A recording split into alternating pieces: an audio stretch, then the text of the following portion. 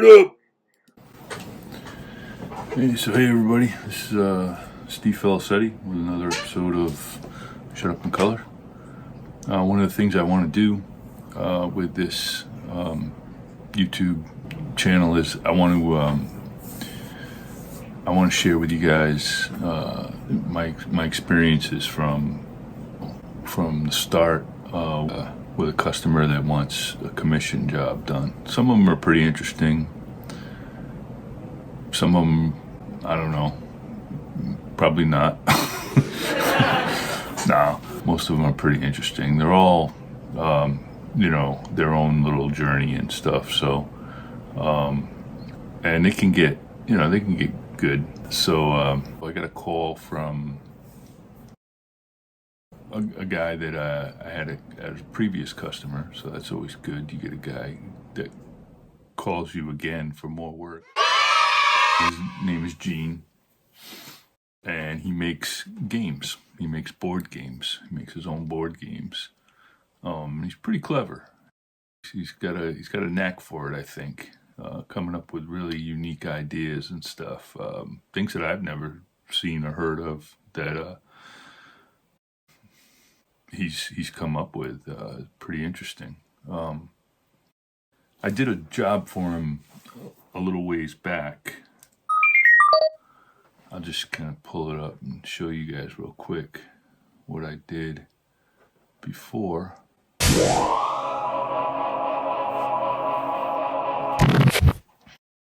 But it was a board game, obviously, like I was saying, and it uses 8-sided die, octagon. There were many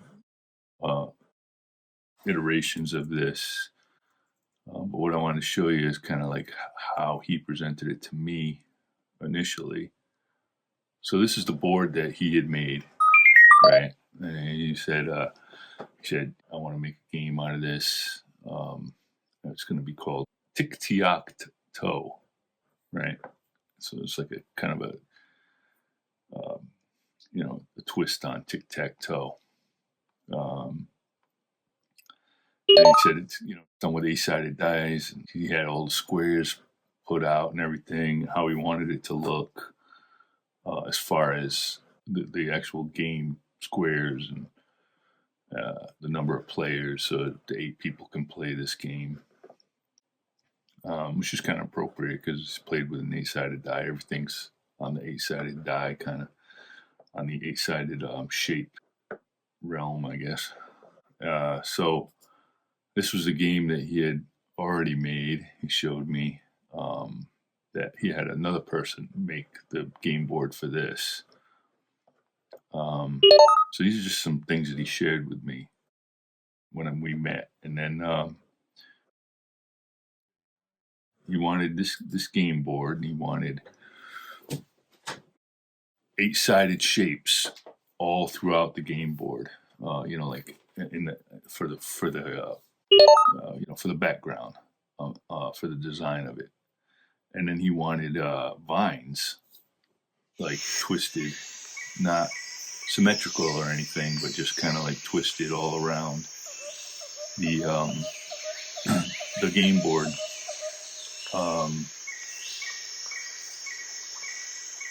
In like a clouded environment, so like in the clouds. So I was like, all right, well, it's pretty interesting. So I went to work, and so I came up with some ideas.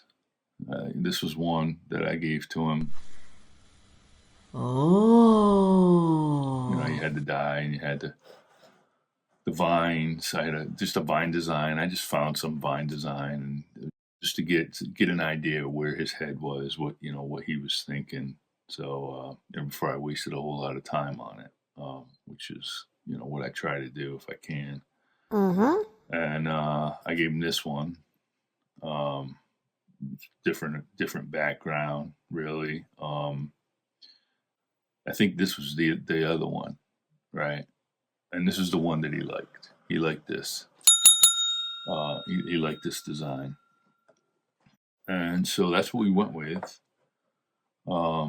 Just some of the different stages of this that I went through. This was just kind of showing it with different boxes, different designs for the to make the boxes with the blue.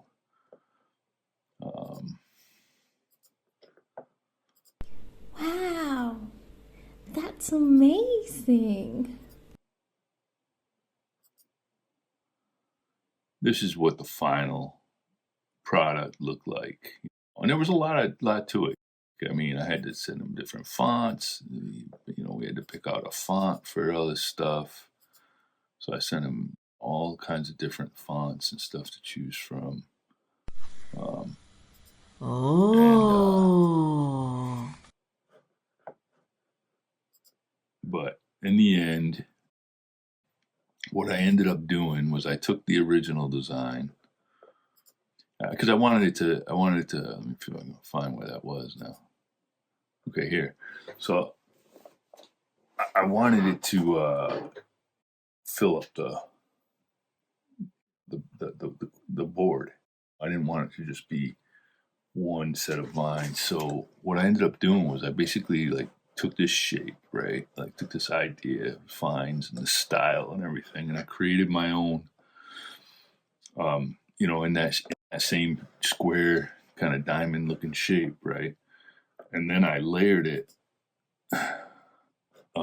in 3 different successions. So there's one on the outside, there's one in the middle, and there's one on the bottom. So that it would kind of look like you're looking into it, maybe looking down through the clouds. And then with the shapes, I ended up just kind of placing them sporadically because he said he didn't want it to be symmetric. He didn't want it to be a steady pattern. So I had given him all these shapes in different angles and stuff. He liked that. So, and all I did was I created a 3D. I created a 3D image of this of the 8-sided shape using a 3D program. And then once I had that, I could turn it in any direction that I wanted it to go. And I added some shadow and stuff like that by adjusting the lighting and stuff like that to make it different shadows and shapes and stuff. And then I was like, well, pretty cool, but let's not have them all the same size. Let's have them all different sizes, right? So then I just started spreading them out, and it started looking really cool, and I kind of got to this, and I was like, yeah, this is near the end here. And then it was just kind of a matter of coming up with what we wanted the boxes to look like. But in the end, this is what we went with. This is the finished product with all the different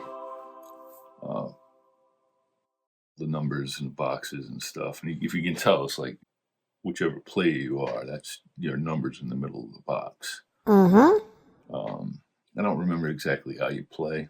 You'd have to get the game to find that out. But he kind of explained it to me, and I was really just worried about the stuff that I needed to do the assignment, to do the board for him and make it right. So, but yeah, pretty hot. He was really pleased with it. Everybody who saw it was really pleased with it.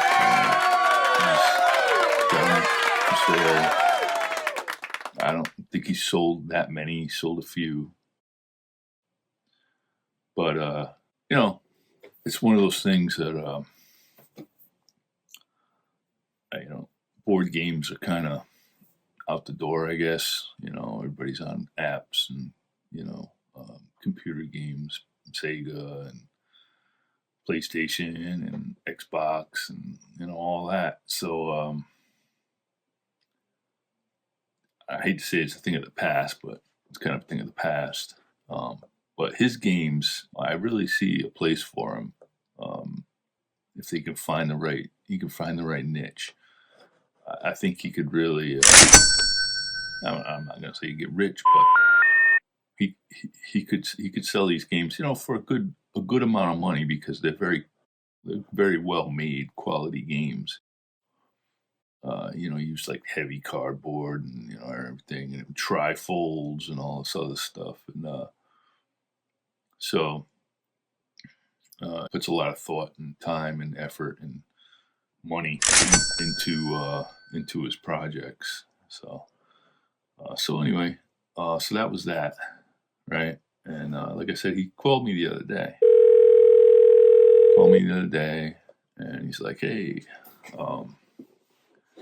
I got another game that I need you to make now." In this whole process of us creating this board for this tic-tac-toe.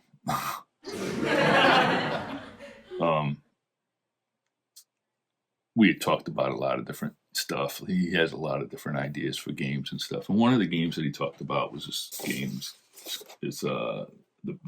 the I think he calls it the Ultimate President's game.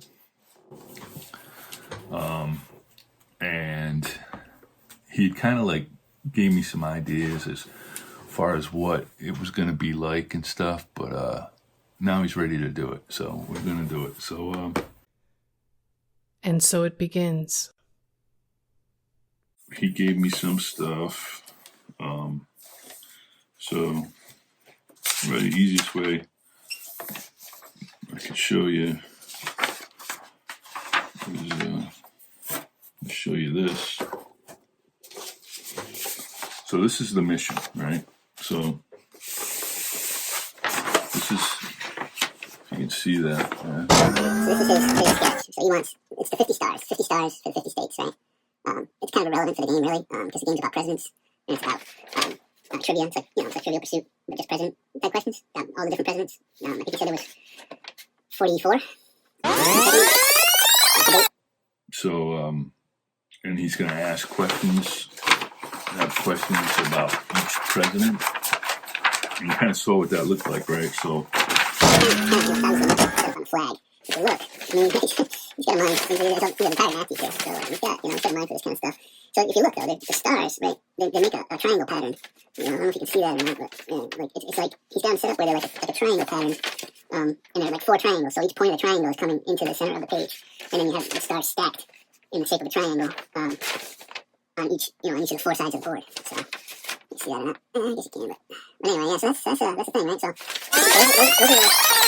that's basically how the board is going to be set up. I got to adjust some of the stuff, like he couldn't get it exactly like he wanted. Just to show me. But he explained to me what the differences were that he wanted the changes, where he wanted the changes to be. So there was that, and then I always bring a little notebook. Like I bring this little metal thing, and I write down some notes myself. I took some notes. I think he had most of the stuff, so he just kind of gave me what he had, and we went with that. But so the stars are blue on the page, and then he wants stripes, red and white stripes going all the way down. They'll be horizontally across the board, right? So it's a rectangular board. So it's rectangular. The width on the left and right, and then the height on the top to bottom, the length on the board.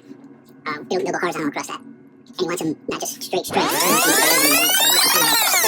He's got like this, thing I've kind of taken from all his stuff is he likes to combine like geometry, like hard, accurate shapes and designs with this kind of like sporadic, not necessarily symmetric kind of look, which is pretty cool when you put them together. Came out nice with that board, that tic-tac-toe board that I did. It kind of looks cool like that. So I think it'll look cool on this too, with the stripes, and they'll be like they're flowing, like it's flag flying in the wind. He said he doesn't want it to, he doesn't want you to be able to determine which way the flag is facing or anything like that. He wants it kind of like, you don't know. So no problem. Sounds pretty simple. The hardest part is going to be getting the stars lined up where they're all form a perfect rectangle from point to point, basically. Or if you look at this. He wants it where they're like in a perfect line across and down, all the way around the rectangle. And then he wants a 2-inch border on the outside of that, right? And then, so when the stars come up here, they're all in a perfect line. When they come to the corner, basically, the corner is going to be here, and then it's going to go this way, and then the corner is going to be there, and it's going to go down like that. So that it, if you drew a line around it, it would make a perfect rectangle. But, because the stars are at a 45-degree angle, they're not going to reach the point of any. So that's probably the most difficult part of it, is doing that. And I think probably what I'll do is I'll just make a template. And I can do two rectangle, two long lengthwise, and then 2 top to bottom. I do one of each, and then I can just flip them around, put them in, and then just make a template for the star itself, and plug it in, plug it in everywhere, and then flip it. Flip it horizontally or vertically, depending on which side of the rectangle I'm working on, and move it into position on that side. It shouldn't be that difficult. Then just color it all in blue, and then I'll have that template, and I can put stripes behind it, and I can mess around with that, and make that look pretty and stuff, and everything, and pretty easy. And then you're just gonna have the name of the game at the top, which I think was the Ultimate President's Game. Pretty sure. Pascom, I think. For some reason I don't remember that. And that's that. So that's the mission. I'm going to get started, and you guys can tag along if you want, and we'll see you on the other side.